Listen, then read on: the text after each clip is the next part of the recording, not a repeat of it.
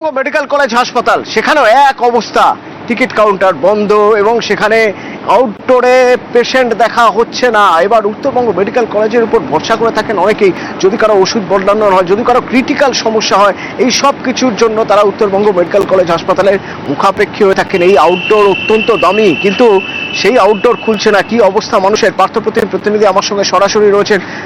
পার্থপ্রতিম, তাহলে উপায় কি? যারা আসেন তারা কম খরচায় সুব্যবস্থা বা সুবন্দোবস্ত রয়েছে এই ভরসাতেই তো আসেন, তো এবার তারা যাবেন কোথায়? মনে রাখতে হবে যে তাদের পকেটে যে খুব বেশি নেই এবং তার মধ্যে থেকেই তারা সেরা চিকিৎসা পরিষেবাটুকু পেতে চান। তো কোথায় যাবেন এখন? উপায় কি? কোথায় যাচ্ছেন তারা?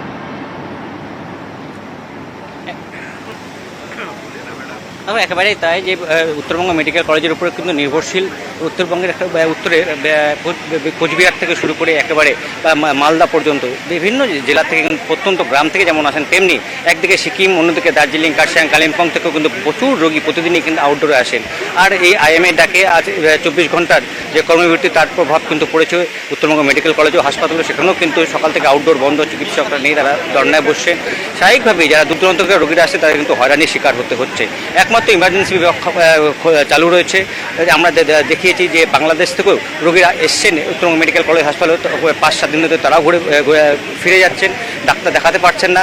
স্বাভাবিকভাবে চরম ভোগান্তিতে রয়েছে।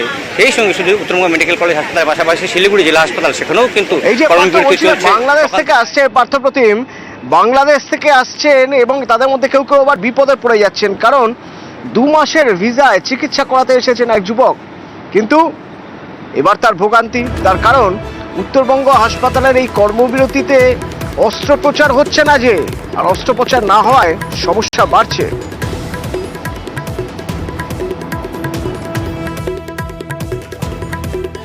হাঁটাচলা করতে কষ্ট হয়, ঘুমাইতে পারি না রাত্রে। আসছি মনে করেন যে তা তো যে 5-7 দিন হতেছে। এখন মনে করেন আয়সাও তো এখানে চিকিৎসা করতে পারতেছি না, ডাক্তার দেখাতে পারতেছি না, খুব কষ্টই হচ্ছে।